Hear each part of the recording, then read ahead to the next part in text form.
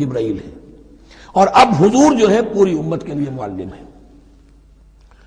فَإِذَا أَمِنْتُمْ فَاذْكُرُوا اللَّهَ كَمَا عَلَّمَكُمْ مَا لَمْ تَكُونُوا تَعْلَمُونَ، جو کہ تم نہیں جانتے تھے اللہ نے تمہیں سکھایا ہے۔ وَالَّذِينَ يَتَوَفَّوْنَ مِنْكُمْ وَيَذَرُونَ أَزْوَاجًا، اور پھر دوبارہ لوٹ کر معاملہ آ رہا ہے بیواؤں کا، اور جو لوگ تم میں سے وفات دے دیے جائیں اور وہ چھوڑ جائیں پیچھے بیویاں، وصیۃ لازواجہم متاعا الی الحول غیر اخراج، تو ان کی بیویوں کے لیے وصیت لازماً، اپنی بیویوں کے لیے وصیت لازماً کریں 1 سال تک کے لیے نان نفقے کی، اور بغیر اس کے کہ انہیں گھروں سے نکالا جائے۔ اب یوں سمجھئے اس کو، ایک شخص فوت ہوا، 4 بیویاں ہیں، ایک کے ہاں اولاد تھی، بیٹا تو اسی کا ہے، باقی 3 تو اس کی جو ہیں سوتیلی مائیں ہیں۔ ایک ماں کو تو وہ اپنی ماں سمجھ کر اس کی خدمت کرے گا، باقی 3 کو لائبلٹی سمجھے گا۔ تو فرمایا ایسا نہ ہو کہ فوراً نکال دو کہ جاؤ اپنا راستہ لو، جس سے تمہاری شادی تھی وہ گیا۔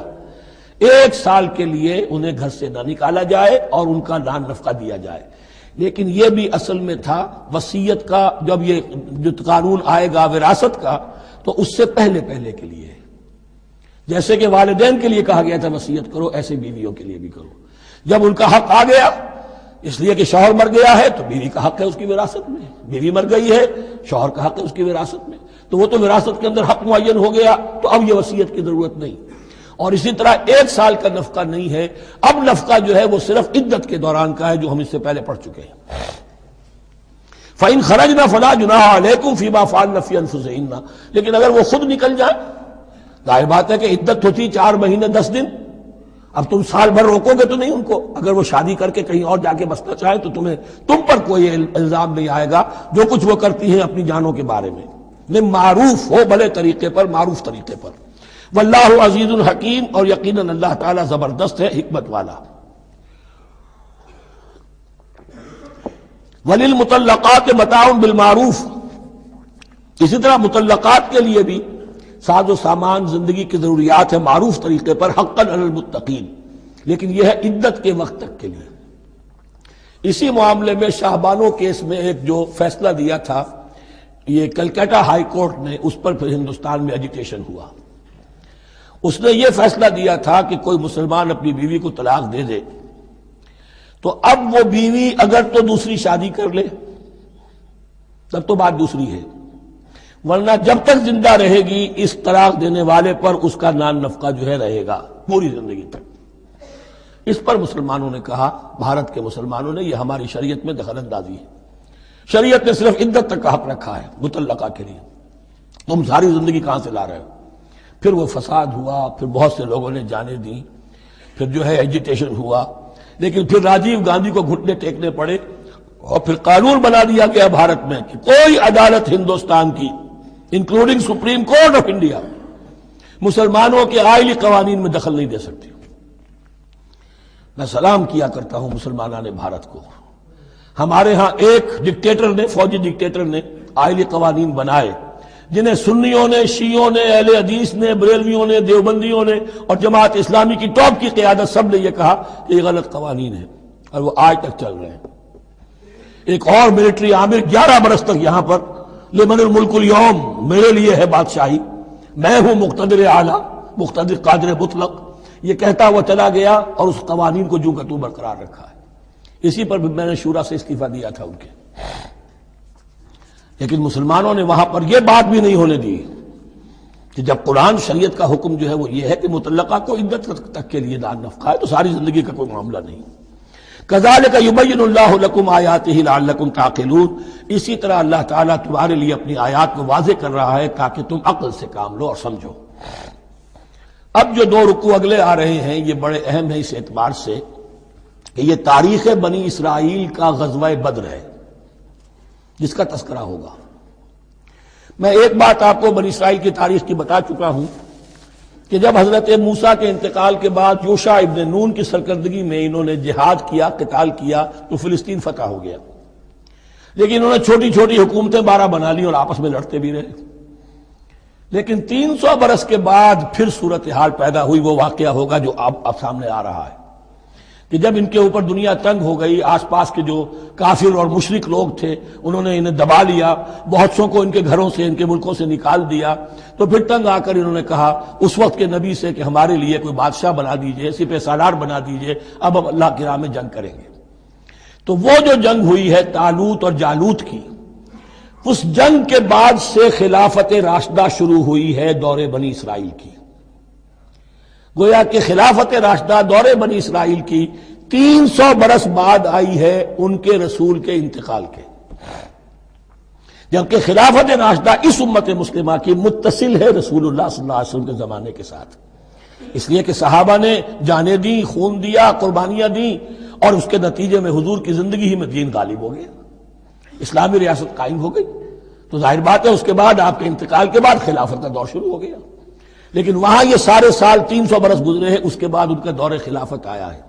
اور اس میں بھی 3 خلافتیں ہیں کہ جو متفق علیہ ہیں، ویسے وہاں تو وہ نبوتیں ہیں، طالوت علیہ السلام، داؤد علیہ السلام اور سلیمان علیہ السلام۔ چوتھی خلافت پر آ کر تقسیم ہو گئی ہے، جیسے حضرت علی کے زمانے میں چوتھی خلافت میں عالم اسلام جو ہے دارالاسلام منقسم ہو گیا کہ مصر اور شام نے حضرت علی کی خلافت کو تسلیم نہیں کیا۔ اسی طرح حضرت سلیمان کے 2 بیٹوں میں پھر ان کی مملکت تقسیم ہو گئی، ایک اسرائیل اور ایک یہودیہ، یہ 2 ریاستیں وجود میں ہیں، جیوڈی۔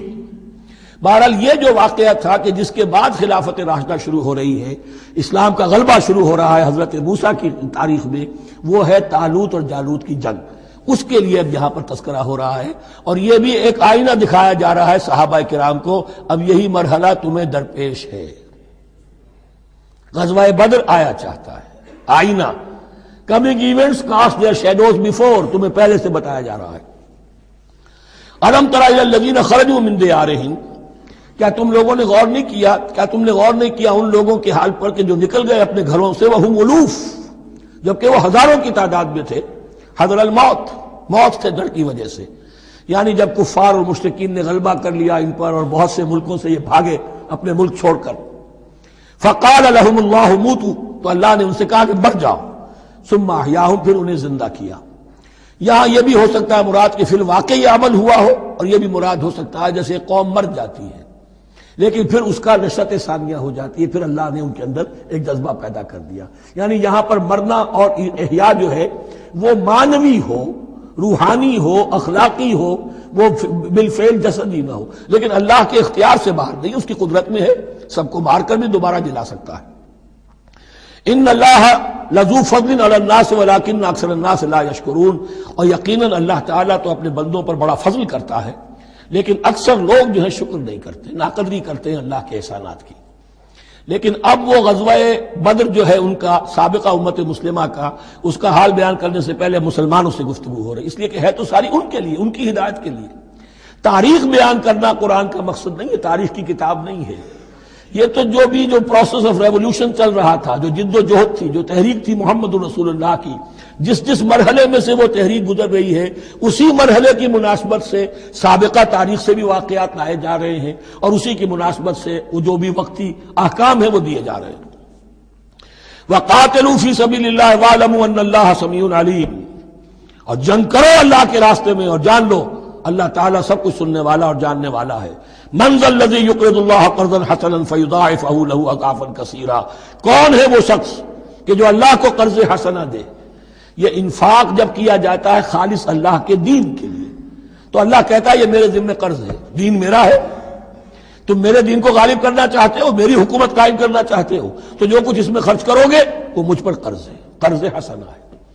من ذا الذی یقرض اللہ قرضا حسنا فیضاعفہ لہ، تو اللہ اس کو اس کے لیے بڑھاتا رہے، دگنا کرتا رہے، اضعافا کثیرا، دگنا چوگنا، بہت گنا۔ واللہ یقبض ویبسط، اور اللہ ہی کے اختیار میں کسی چیز کو چھوٹا کر دینا، سکیر دینا، اور کھول دینا اور کشائش کر دینا۔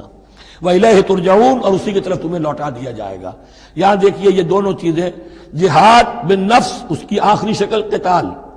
اور جہاد بالمال اس کے لیے پہلے لفظ آ رہا تھا انفاق، اب قرض حسنہ، اللہ کو قرض حسنہ۔ أَلَمْ تَرَ إِلَى الْمَلَإِ مِن بَنِي إِسْرَائِيلَ مِن بَعْدِ مُوسَىٰ، کیا تم نے غور نہیں کیا موسیٰ کے بعد بنی اسرائیل کے سرداروں پر، ملا من بعد موسیٰ، اذ قالوا لنبی لہم، جبکہ انہوں نے اپنے نبی سے کہا، یہ تو میں آپ کو حدیث سنا چکا ہوں، کوئی وقت ایسا نہیں گزرا حضرت موسیٰ کے بعد کہ نبی کوئی نہ کوئی موجود نہ رہا ہو، حضرت عیسیٰ تک۔ اس زمانے کے جو نبی تھے ان سے انہوں نے کہا لَهُ مُبَعَثْ لَنَا مَلِكًا نُقَاتِلْ فِي سَبِيلِ اللَّهِ، ہمارے لیے کوئی بادشاہ مقرر کر دیجئے تاکہ